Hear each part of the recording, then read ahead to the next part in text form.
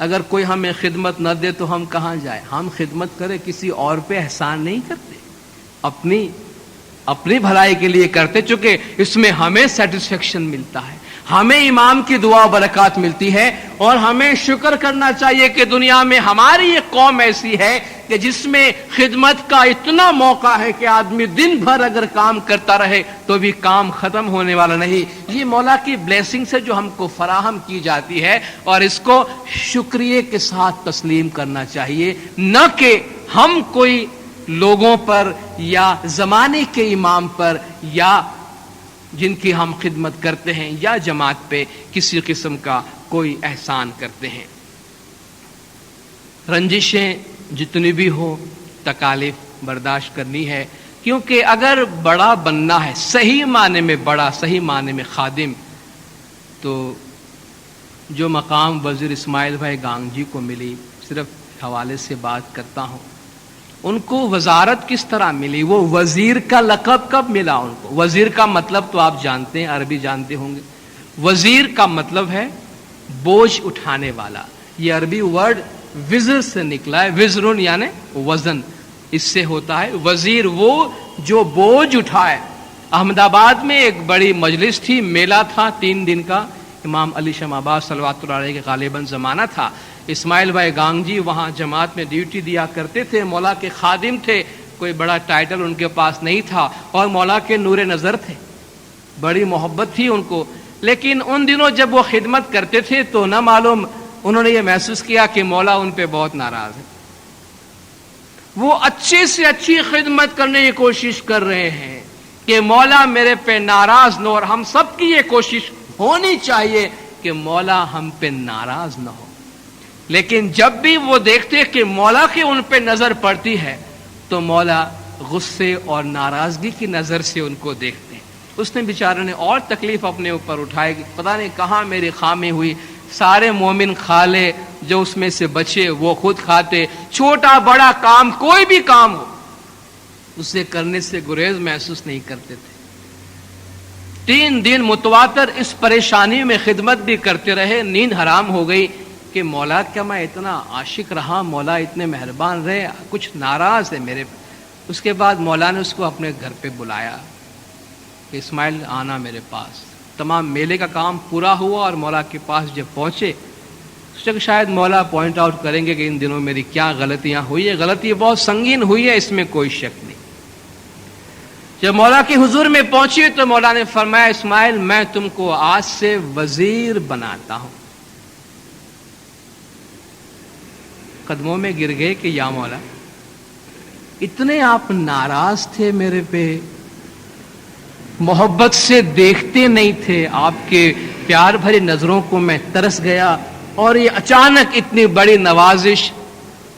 مولا نے فرمایا اسماعیل میں آزما رہا تھا تم کو کہ تم صرف امام کی مہربانی اور امام کے مسکراتے چہرے کو دیکھ کر ہی کام کرتے ہو، یا پریشر کے تحت، سٹریس کے تحت، دباؤ کے تحت، ٹینشن کے تحت بھی تم کام کر سکتے ہو یا نہیں کر سکتے ہو، کیونکہ وزارت کوئی معمولی چیز نہیں ہے۔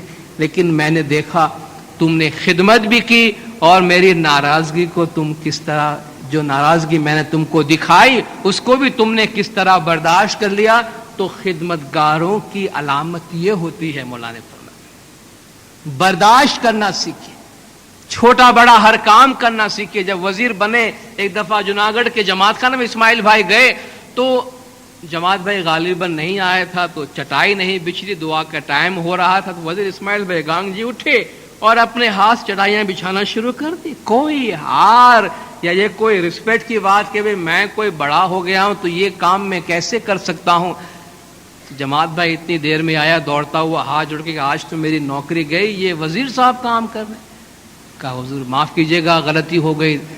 کہا بھائی آج تک تم یہ سیوا کرتے رہے ہو، مجھے اس سیوا کا ثواب ایک دن تو لینے دو مجھے۔ آپ دیکھیں لوگوں کا آؤٹ لک کیا، اپروچ کیا، بجائے ڈانٹ ڈپٹ کرنے کے تم تنخواہ لیتے ہو یا کس طرح بھی کام کرتے ہو، انہوں نے کہا بھئی آج تک تم یہ سیوا کرتے رہے، آج تم مجھے موقع دو کہ میں یہ خدمت کروں۔ خدمت ہوتی ہے، ایسی خدمت ہوتی ہے. اور یہ ٹاورنگ پرسنالٹیز ہماری ہسٹری کے ہیں, ماضی قریب کے ہیں, جنہوں نے ہم کو بتایا خدمت کیسی ہوتی ہے, اور مولا نے جو ان کو نام دیا, جو عزت احترام دی, ویسے نہیں دی.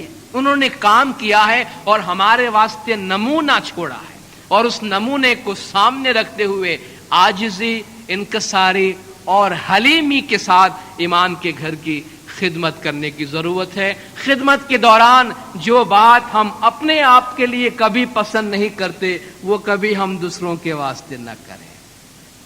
ہم اتھارٹی میں ہو یا نہ ہو, جو بات خود کو پسند نہیں آتی, کل ہمارے ہاتھ میں اقتدار آنے یا کوئی امپورٹنٹ کی پوزیشن ملنے کے بعد دوسروں کے ساتھ ہم وہ سلوک کرنے کی کوشش نہ کریں. ایک اور فیلنگ پائی جاتی ہے کہ چونکہ اکثر ہم آنرری خدمت انجام دیتے ہیں, اس لیے شاید یہ خیال ہے کہ ہم جتنا ہم سے ہو سکا ہم کرتے ہیں. ہم چونکہ آنرری ہیں اس لیے ہم پہ نمبر 1 پابندی نہیں ہونی چاہیے, نمبر 2 ہمارا محاسبہ نہیں ہونا چاہیے, اور نمبر 3 ہمارے کام کوالٹی کے بارے میں ہم سے نہیں پوچھا جانا چاہیے. میرے خیال سے یہ تینوں باتیں غلط ہیں. ہم آنرری ہیں اس لیے ہماری کوئی ڈسپلن نہ ہو, اس لیے ہمیں کوئی پوچھے نہیں. جب ہمارا جی چاہے, ہمارے بھائی نیٹ اسکول کے ٹیچرز ہیں, بھئی آج ہم آئیں, کل ہم نہیں آئیں گے. بھئی ہم نے جو جگہ رکھی ہے, جس جگہ پہ آپ ہیں, وہ ایک کی پوزیشن ہے. مولا نے فرمایا ہر ایک کی اپنی اپنی جگہ امپورٹنٹ ہے. اگر ہم نے ایک جگہ لی ہے اور اپنا کام نہیں کرتے, ہو سکتا ہے کہ ہم نے ایک بہت قابل آدمی کی جگہ روکی ہوئی ہے اور ہم خود کام نہیں انجام دے رہے ہیں. تو ہم آنرری ہیں, اس لیے ہمارے خدمت کا معیار کم ہونا چاہیے, اس لیے ہم میں نظم و ضبط نہیں ہونا چاہیے. ایسی کوئی بات نہیں. اس لیے مولا فرماتے ہیں کہ آنرری خدمت کی کوالٹی کو, معیار کو امپروو کرنے کی ضرورت ہے. جو فرمان آپ نے سنا اس میں بہت تفصیل سے مولا نے آبجیکٹیوز میں یہ بات رکھی ہے کہ اس کے معیار کو بہتر ہونے کی ضرورت ہے. اس لیے ہم یہ بات دل سے نکال دیں, کبھی ہم تھوڑی کوئی تنخواہ لے کر کام کرتے ہیں. ہم اپنے ٹائم میں سے ٹائم نکالتے ہیں, ہماری مرضی, جب ہم آئیں گے جائیں گے. آپ چھوٹا سا بھی کام کریں گے اس میں ڈسپلن اور کمٹمنٹ ضرور ہونا چاہیے. اگر ہم ایک کام پروفیشنلی کر سکتے ہیں تو کمٹ کرے, ورنہ ہٹ جائے. دوسرا جو کر سکتا ہے اس کو کرنے دے, تاکہ جماعت کا جو کام ہے وہ سفر نہ ہو. اس لیے مولا نے فرمایا تمہارے سر پہ محض خدمت کی خوشی نہیں ہونی چاہیے, بھئی میں خدمت کرتا ہوں, بلکہ خدمت جماعت کی حالت کو بہتر بنانے کے واسطے ہونی چاہیے. تو جس جگہ پہ ہم بیٹھے ہیں, ہماری وہ ذمہ داریاں اپنی بہترین صلاحیتوں کے ساتھ فلفل کرنے کی ہمیں ضرورت ہے. اس لیے کوالٹی اور پرفارمنس, اس پہ ہمارا زور ہونا چاہیے کہ کس قسم کا معیار ہم جماعت کو دے رہے ہیں خدمت کا, اور کیا ہمارا اپنا پرفارمنس جماعت کے اندر ہے. تو جب ہم خدمت کے میدان میں ہوتے ہیں, کام کرتے ہیں, ان موٹی موٹی باتوں کو ذہن میں رکھنے کی ضرورت ہے. اور آخری بات, خدمتگاروں پہ مولا کی کتنی دعا ہے, کتنی برکات ہے. مولا فرماتے ہمارا ٹرسٹ آپ کے اوپر ہے. حضور نے فرمایا خیر الناس من ینفع الناس, لوگوں کا فائدہ پہنچانے کے لیے جو کام کرتا ہے وہ لوگوں میں سب سے بہتر انسان ہے. مولا نے فرمایا آپ جو جماعت میں کام کر رہے ہیں, آپ جماعت کی حقیقی لیڈر ہیں. پیر سبز علی کو جو پیر کا لقب ملا ان کی وفات کے بعد, کس بیسس پہ ملا؟ خدمت. مولا نے ایک ادارے میں, ایک علاقے میں ان کو بھیجا کہ جاؤ وہاں کام کرو. جگہ نہیں معلوم تھی, زبان نہیں معلوم تھی, کچھ نہیں جانتے تھے. امام نے فرمایا جاؤ. جاتا ہوں خداوند, آپ کا فرمان. اور دائیوں کی طرح کام کیا. مولا نے فرمایا ان کے جانے سے دنیا کو بڑا نقصان ہوا, اس کی روح کو بہت فائدہ ہو گیا. اور ان کے جانے کے بعد مولا ان کو پیر کا خطاب دیتے ہیں, اور یہ پیر کا خطاب ان کے خدمت کی وجہ سے ملا. دیوان سریبو پیر بھائی کچھ عرصے پہلے جو گزر گئے, 50 سال سے زیادہ عرصہ زمانے کے امام خدمت کی, لندن میں دربار کے دوران مولا نے ان کی عزت افزائی کی کہ ہم ان کو دیوان کا, اس جوان آدمی کو ہم دیوان کا خطاب دیتے ہیں, جو وقت آنے پر اپنی جان کی بازی لگا کر بھی جماعت کی خدمت کر گیا ہے. مولا سر عام اس کا اعتراف فرماتے ہیں کہ آج میں جماعت میں اس بات کا اعتراف کرنا چاہتا ہوں کہ دیوان سر ابو پیر بھائی جن کو دیوان کا لقب دیا جا رہا ہے، 50 سال سے زیادہ زمانے کی امام کی خدمت کر گئے ہیں، اور جب ضرورت آیا بعض اوقات اپنی جان کو بھی خطرے میں ڈال کر انہوں نے کام کیا ہے۔ یہ دائیوں والا فدائیوں والا کام ہے جس کی زندہ مثال آج کے دور میں ہے، اور مولا ان کو سراہتے ہیں۔